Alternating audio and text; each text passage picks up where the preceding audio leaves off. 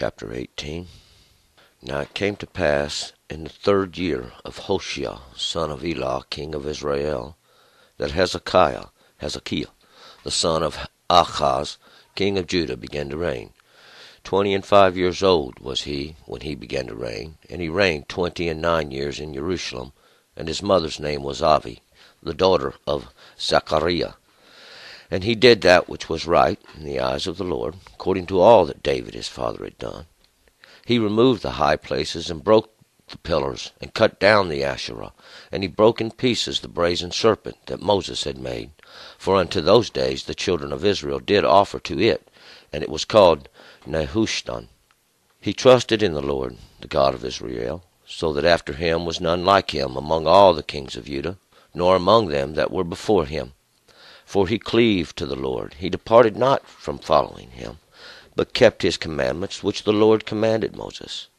And the Lord was with him whithersoever he went, for he prospered, and he rebelled against the king of Assyria, and served him not. He smote the Philistines unto Gaza, and the borders thereof, from the tower of the watchman to the fortified city.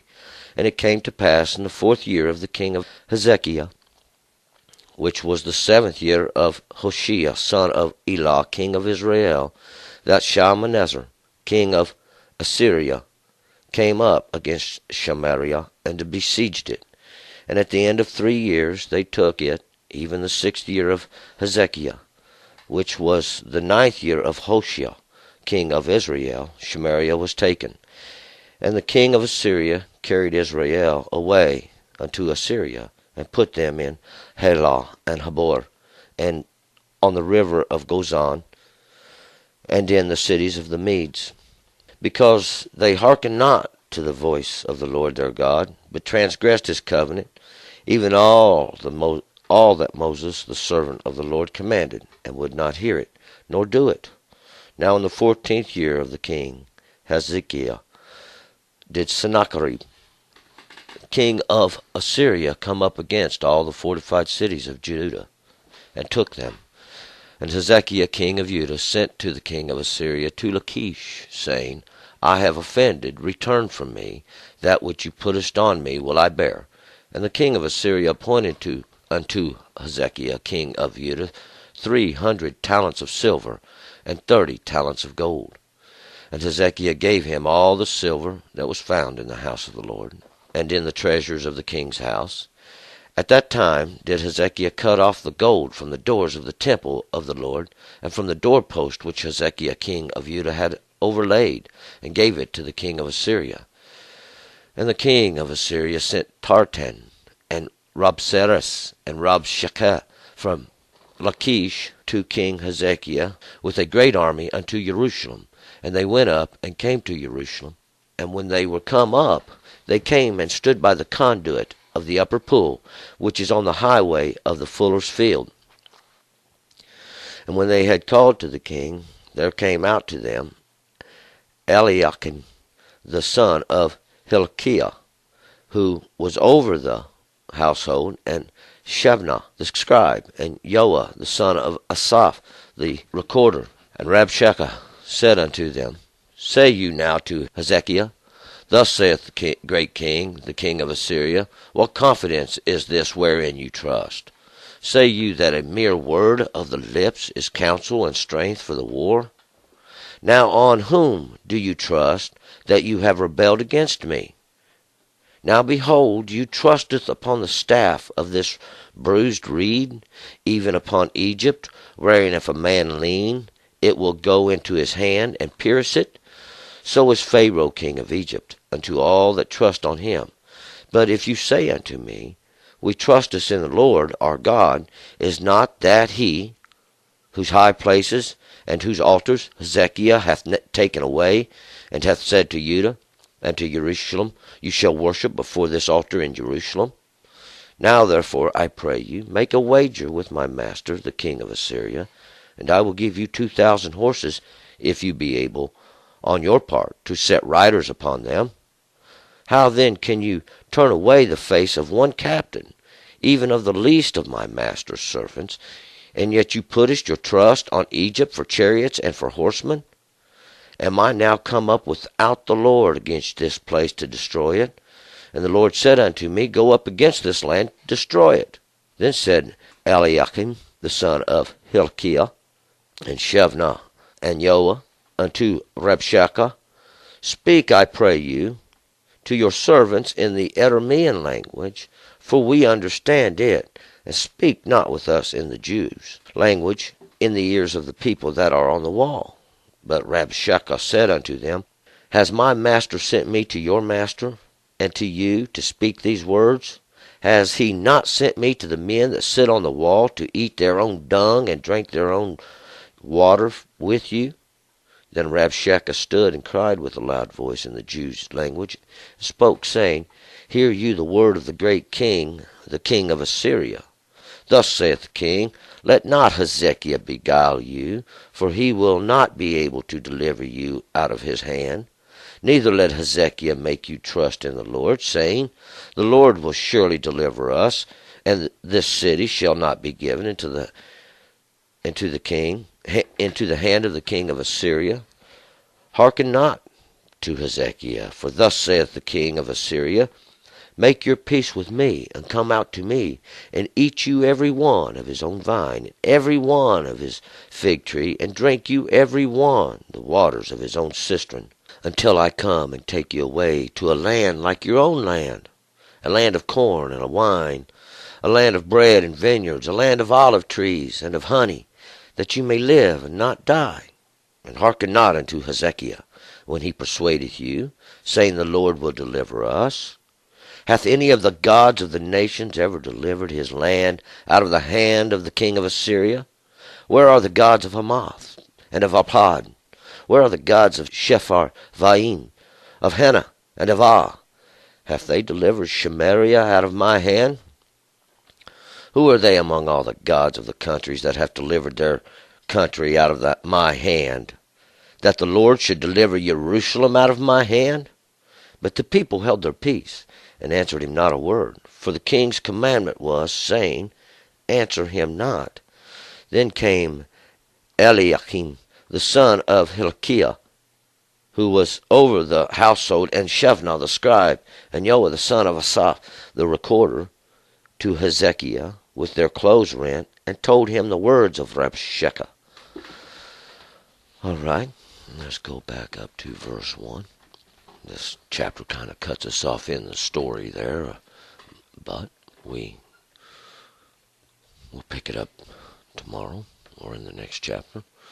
Now, yesterday, we see that God had sent the king of Assyria down, and he had come in there and took over Samaria through Hoshea, and Hoshea was serving him, and had went down and tried to hire the armies of Egypt to come help him now with a little gift, and king of Assyria got wind of it, and he come on in there and besieged now Samaria for 3 years, and finally took it over now. But we're going to pick this up just right before this happens. This chapter picks that up period of time right now when this is getting ready to happen. And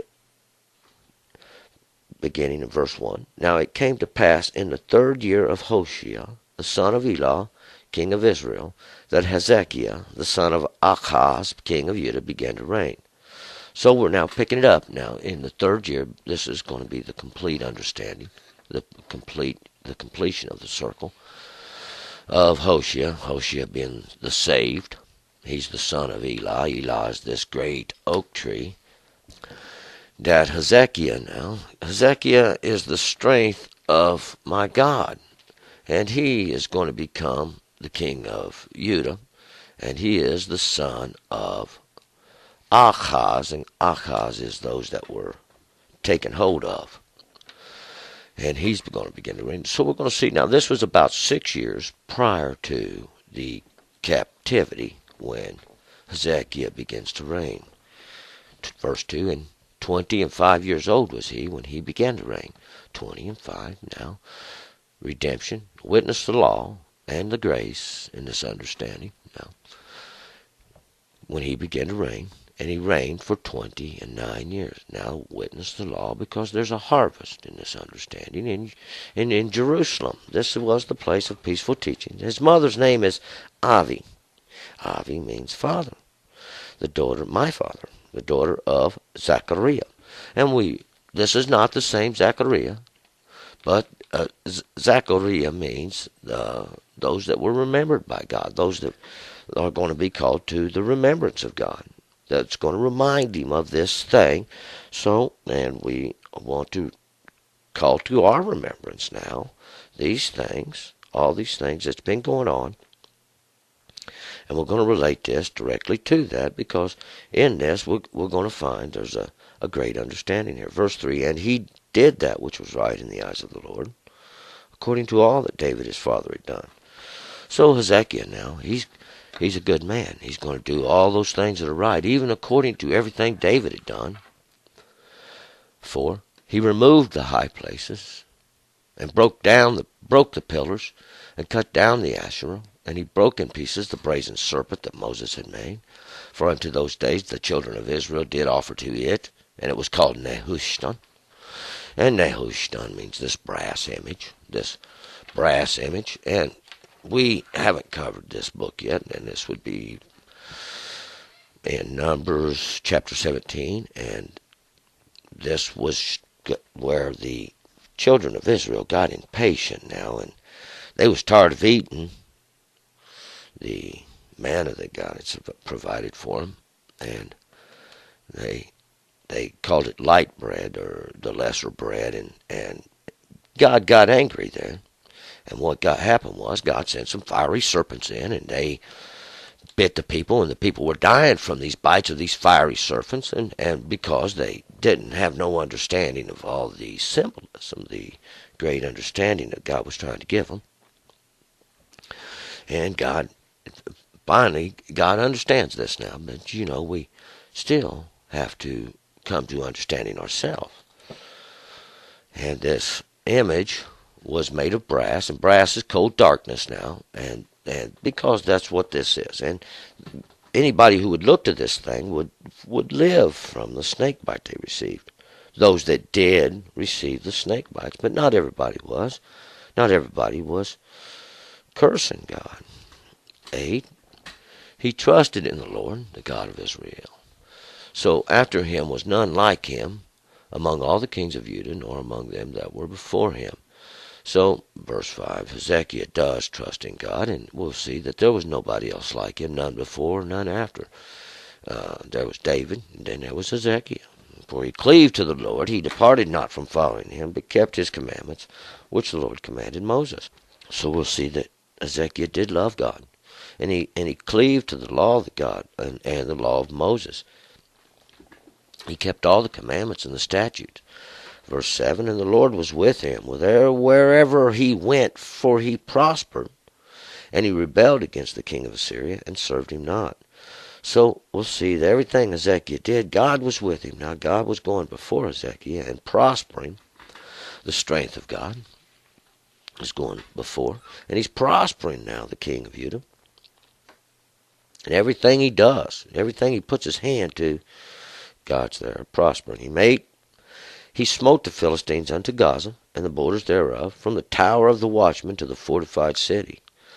And this tower of the watchman would be where they would come into the city, the high tower, where they could watch for the enemy coming. From there into the city, where the inner gates were, inner walls were, where they could close up and make their last stand. The Philistines now, these are the drifters of God, unto Gaza, this place of strength. So we see Hezekiah has fought back the borders now, and he's took some of the original ground of Israel. 9, and it came to pass in the 4th year, King Hezekiah, which was the 7th year of Hoshea, son of Elah, king of Israel, that Shalmaneser, king of Syria, came up against Samaria and besieged it. So now the 4th year, God working in this understanding of Hezekiah, the strength of God, which was the 7th year. Now this is the perfection in understanding of Hoshea, this one saved. He's saved of the oak tree. And we'll see now. It was about the end of the 6th year and the beginning of the 7th year that Shalmaneser, king of Assyria, came up against Samaria and besieged it. And we remember now when Shalmaneser, this worshiper of fire, this fire worshiper, come up again. He's the king of Assyria, this king of the step up, this and step forward. He came up and he's besieged Samaria, this place of the dregs. And we remember this is what was the story yesterday about they was carrying away Israel to captivity. And at the end of 3 years, 10, they took it, even in the 6th year of Hezekiah, which was the 9th year of Hoshea, king of Israel. Samaria was taken. So now we see in the 9th year, after 3 years, complete understanding, and 3 plus 7 is 10. But that we got to understand this was perfect understanding, and 6 would have been the work of man in understanding. Of course, there is the work of man in this understanding, because that's in the year of Hezekiah now, this 6th year of Hezekiah. See what this work of man is in the strength of God, because that's what it's about. See, this is a winding place, and we've got to keep track now where the story is, because we're in this year of Hezekiah, but now we're in the 9th year. There's a harvest in this understanding of Hoshea, the king of Israel, because the king of Assyria now has just taken him, and there's a harvest here in this understanding. Why? Because they disobeyed God. See, they disobeyed God. They've turned now. God's taken them captive. But see, he's going to get a harvest out of this, because there's going to come understanding from these, even these that have been taken captive, when God sends a deliverer now to deliver them. 11. And the king of Assyria carried Israel away unto Assyria, and put them in Halah and Havor, on the river of Gozan, and in the cities of the Medes. And we'll remember yesterday, this is what happened. And Halah was the pains, and Havor the bindings.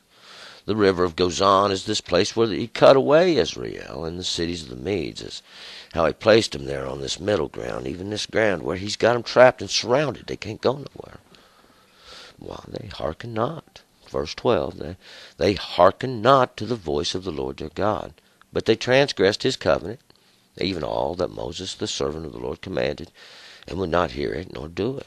That's why God did it. See? And the harvest we're going to get was this, because God caused this. God done this, see? God has caused this. God has caused Hoshea to be the king, the saved, and he's the one now God has delivered over at Samaria to the king of Assyria. The king of Assyria has now carried him off. And this would be even the prophecies of the end time. This is what's going to happen. This is what did happen. And the children of Israel are scattered amongst all the nations now. 12, because they hearken not to the voice of the Lord. 12's understanding. 13, now in the 14th year of King Hezekiah did Sennacherib, king of Assyria, come up against all the fortified cities of Judah, and took them. Now, we're in the 14th year of King Hezekiah. This is 8 years later. There's a new beginning. Sennacherib's king now of Assyria. And Sennacherib means the sins are multiplied by this, the moon, or this lesser light. 14. And Hezekiah, king of Judah, sent to the king of Assyria to Lachish, saying, I have offended, return from me. That which you puttest on me will I bear. And the king of Assyria appointed unto Hezekiah, king of Judah, 300 talents of silver, and 30 talents of gold. So we see now, in the 14th year, that's 14 now, is the work of the law and this understanding, and what God's doing. He's done punished one side, and he's going to have to punish the other, because they have sinned. And we realize now that Hezekiah has done right in all his days. And so God's has put a little test on Hezekiah to make sure Hezekiah is true to God. And we're going to see that he has called to the king of Assyria, even unto Lachish. He's called to this progress, and even unto this place of invincibility. And he's told the king, look, I've trespassed against you now. But whatever you say against me, and I'll bear it up. And the king of Assyria now has taxed the strength of God.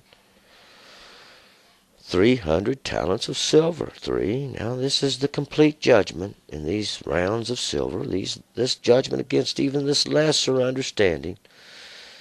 See, even against this lesser light that's multiplying its sins. And these 30 talents of gold. Gold's that which belong to God. Even this that's dedicated in these rounds, these circles that go round, even these years, these understandings. Because it's all going around in a circle. It's kind of like being on a wheel. You can't get off of it until it stops. And Hezekiah gave him all the silver that was found in the house of the Lord and in the treasures of the king's house. So he gets all the silver, everything that has to go through the fire, everything that's caused to pass through the fire, even this that represents those that go astray, the first harvest that God had to take. 16. At that time did Hezekiah cut off the gold from the doors of the temple of the Lord, and from the doorpost which Hezekiah the king of Judah had overlaid, and gave it to the king of Assyria. So we see here now, Hezekiah had overlaid these doorposts to the strength of God. Why? Because of the other kings before him had cut it off and paid it out in taxes already to the king of Edom, king of Assyria. They'd been taxed to death and beat down. Why? God had punished them now for much time.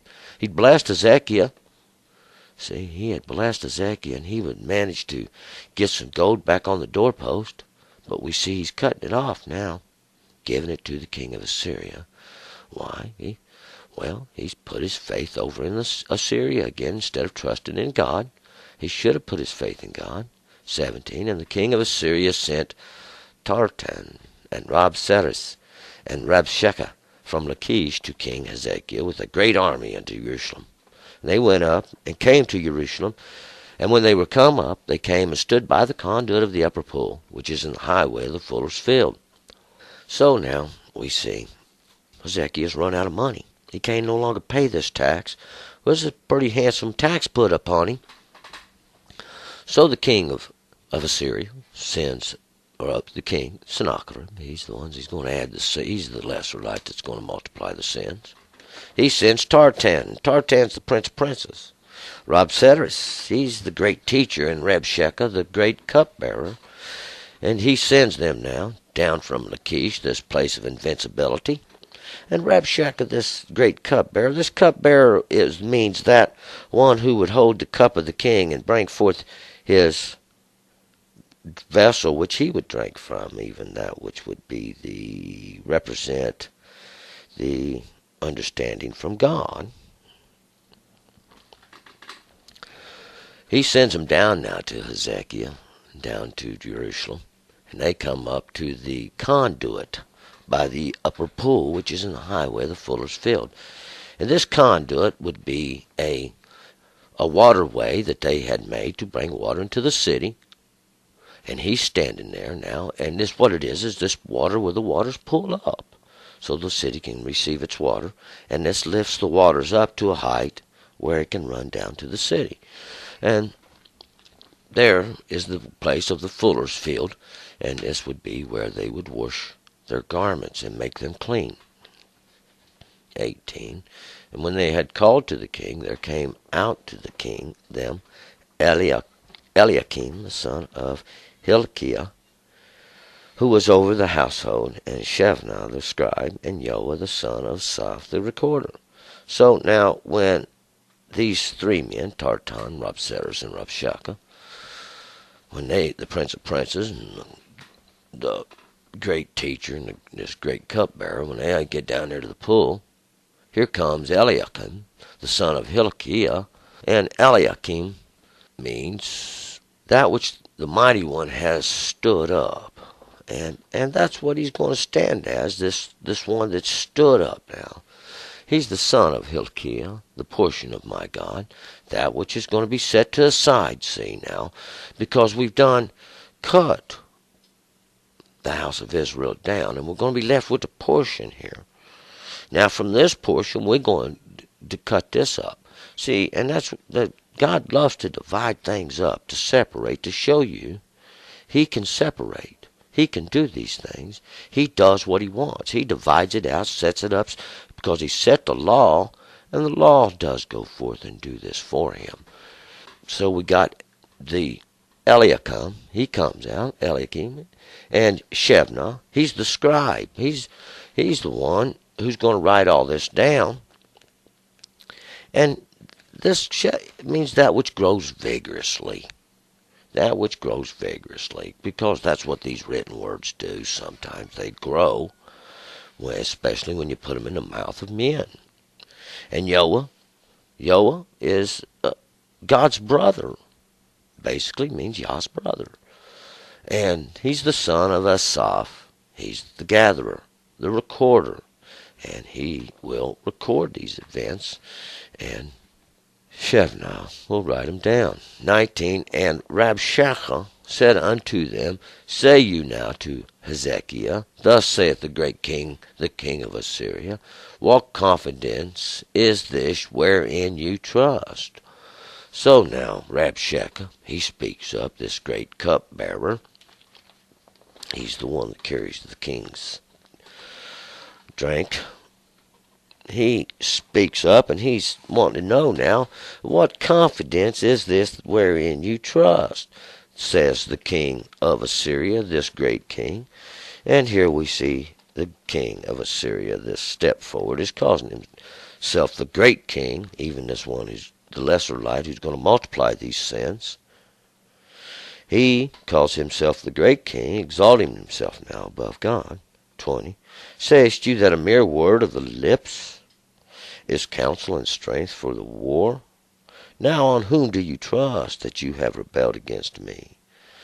So Rabshakeh, he doesn't understand these things quite now. He wants to know just who do you think you're trusting in, and think that just words now off your mouth can be the strength for war. But we're going to see now, as it is written, not by strength or might, but by every word that proceedeth from God. See, because this was the law. And by this will we overcome, because it's already written, see. And it is the counsel and the strength for war. Now, but Rabshakeh don't understand these things, and he wants to know just who they think they're trusting in. 21. Now behold, you trust upon the staff of this bruised reed, even upon Egypt, whereon if a man lean, it will go into his hand and pierce it. So if Pharaoh the king of Egypt unto all that trust in him. And we're going to find out. This was a mistake already made, see. This was a mistake already made, and we're going to find out in the prophets, because that's what happened. How they got the wounds now in their hand. The wound where they got in the house of their friend. These wounds that pierced the hand. Why? Because they trusted in man, even in Egypt, this land of enclosures. And it has pierced their hand, and twice it's going to do this now. It will go into his hand and pierce it. So the Pharaoh, this great house now of Egypt, this great house of understanding, this is what's going to do this to Israel. But if you say unto me, Trust in the Lord our God, is not that he whose high places and whose altars Hezekiah hath taken away, and hath said to Judah and to Jerusalem, You shall worship before this altar in Jerusalem? So see, now, as far as Rabshakeh is concerned, all these high places that Hezekiah, the strength of God, is thrown down now and been destroyed, and the pillars and all these Asherah that used to stand on the high places and at the end of every street corner have been thrown down. He thinks this was God. But we're going to see now, It wasn't, because Hezekiah had commanded Israel now to worship at the altar in Jerusalem, where God said he would place his holy name, where he would rule from. See, the true altar where God said, you shall worship here. This was the place where Jeroboam had caused the people to go astray from. Remember, he was afraid they would go back there and worship. It's all the same thing. It all goes together. It's all one. See, we're talking about one thing. Now, therefore, I pray you, make a wager with my master, the king of Assyria.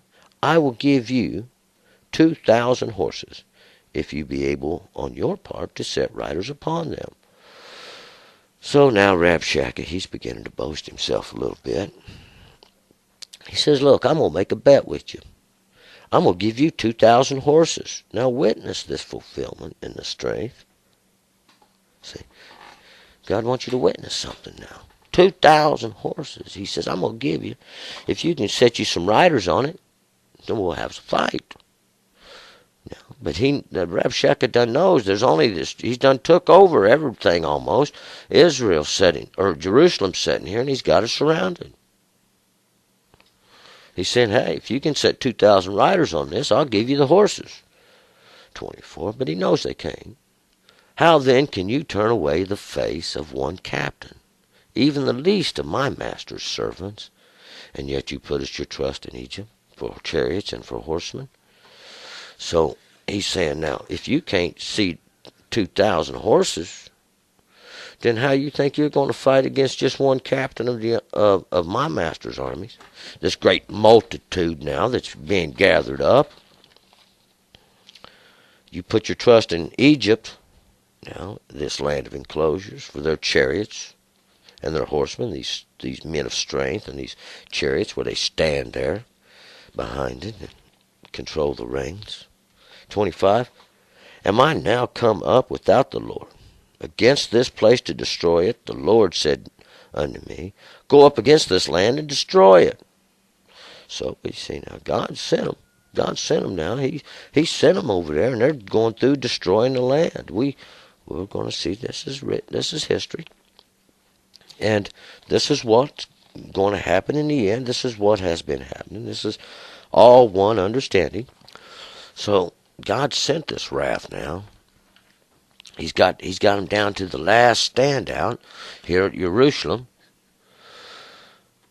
Then said Eliakim, the son of Hilkiah, and Shebna and Joah unto Rabshakeh, speak, I pray you, to your servants in the Aramean language, for we understand it, and speak not with us in the Jews' language in the ears of the people that are on the wall. And these Jews actually should be those from Judah, the Yudi, or the Jews, and the Eliakim is that which the mighty one has stood up. And we're going to see now, when God stands something up here, it's going to cast a shadow. See, there's going to be a shadow cast from it. Because what God stands up, he usually is going to throw down. And Shebna, this thing that's going to grow vigorously, and Joah, God's brother, they go out to Rabshakeh and they tell him, now, don't speak to us in this language that everybody can understand. Speak to us in this language of the Arameans, this language of the enlightened ones.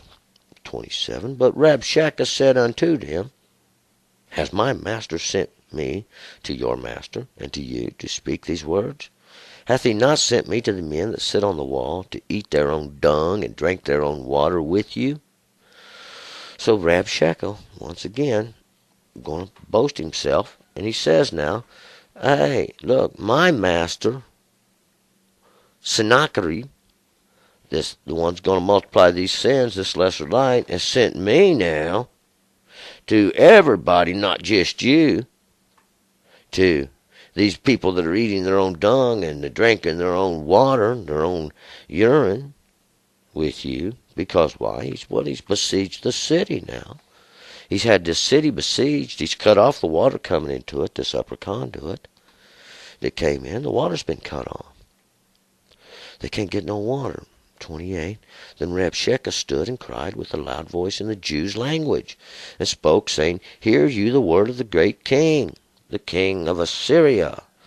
So Rabshakeh, this cupbearer, even to this great king, this one who carries the cup, who has the understanding, who brings forth the drink now, even from the gods to him. This is what this is supposed to be the symbolism of. These not the gods that they worship.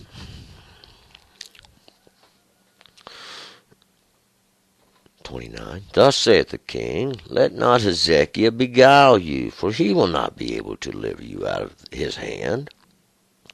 So Rabshakeh is telling all these men of Israel that's sitting on the wall, he's saying, Look, don't let Hezekiah or Hezekiah trick you. Don't let him lie to you, deceive you, utterly fool you. He can't deliver you out of the king of Assyria's hand. 30. Neither let Hezekiah make you trust in the Lord, saying, The Lord will surely deliver us. This city shall not be given into the hand of the king of Assyria. So don't listen to Hezekiah when he says trust in God. Trust in God. Don't listen to him saying that God's going to deliver us. God's going to deliver this city out of the hand of the king of the Assyrians. These that have took this step up and this step forward, made for themselves some kind of altar there. 31. Hearken not to Hezekiah, for thus saith the king of Assyria, Make your peace with me, and come out to me, and eat you every one of his vine, and every one of his fig tree, and drink you every one of the waters of his own cistern. So now Rabshakeh is telling him, don't listen to Hezekiah. Come out to me. Make peace with me. Be my buddy. Now, everyone can eat of his own vine. You have your own vineyard, and every one of his own fig tree. Have your own fruit tree. Drink you every one of the waters of his own cistern. Dig your own well. Everybody can be just like it was. 32. Till I come and take you away to a land like your own land, a land of corn and wine, a land of bread and vineyards, a land of olive trees and of honey, that you may live and not die. And hearken not unto Hezekiah when he persuadeth you, saying the Lord will deliver us. Boy, you just hear the words of the old prince of darkness here. Come on out here. Trust me. Come on with me. I'm going to carry you away to this land flowing with milk and honey. This place where you have your own olive trees. This place just like your own land. Yeah, sound like heaven to me. Too good to be true, probably is. 33. Hath any of the gods of the nations ever delivered his land out of the hand of the king of Assyria? Rabshakeh is saying, now who? Has any of the gods of any of these nations, these not of gods that they all worship? God's going to show himself here. See, God's going to show you what he can do, though. Have any of these delivered her out of the hand of the king of Assyria? Out of the lesser light that's going to multiply all the sins? Oh, but we know. See, we know it's all in the hand of God. Because God's going to add to his flock in the end. 34. Where are the gods of Amath and of Arpad? Where are the gods of the Sepharvaim, of Hena and of Ah? Have they delivered Samaria out of my hand? Where are all these gods that Samaria, place of the dregs, trusted in? Remember, that's Israel. Where are they? Where are the gods of Amath and Arpad? Arpad, the scatterer, and Hena, this troubling, and Avah, this distorted ruin. We remember Avah, this place of a distortion. Evah's the same place. Avah and Avah, they're all the same. This bended, twisted, distorted ruin. See, because that's what it is to God. They took the truth, they twisted it around. They've turned it around, see. God's turning it back around now. What we're seeing is the wheel going around. See, the wheel goes around These Sepharvaim, these are the ones of the books. They have this is the place of the books. And Hamath, Hamath is this fortress, even this fortress of walls that they made for themselves. And this is what it all represents. See, it's all one understanding over and over and over again. Round and round we go. Who are they among all the gods of the countries that have delivered their country out of my hand, that the Lord should deliver Jerusalem out of my hand? So Rabshakeh said, now who are all these gods? Where are they at? Ain't nobody, ain't none of these gods that can whip my king, this lesser light that's going to add all these sins. Ain't nobody can whoop him. See, where they at? And you think God, this Lord here, is going to deliver Jerusalem? 36. But the people held their peace and answered him not a word, for the king's commandment was, saying, answer him not. So we'll see now. All those that are in Jerusalem are going to hold their peace. Everybody's going to keep their mouth shut, because this is what Hezekiah has told them. Keep your mouth shut. 37. Then came Eliakim, the son of Hilkiah, who was over the household, and Shebna the scribe, and Joah the son of Asaph, the recorder, to Hezekiah with their clothes rent, and told him the words of Rabshakeh. So now, here comes that thing, that what the mighty one has stood up, and he's that portion of my God, and Shebna, he that which grows vigorously, and God's brother, and the gatherer, and tell the king Hezekiah, the strength of my God, just what's going on with their clothes rent. Now they've made themselves bare, and tell him the words of Rabshakeh, because it's bad news now. Rabshakeh's come up, this great cupbearer, who brings down now what that drank for the king, even that drink that was supposedly be from God. Well, we're going to continue now with this story in chapter 19.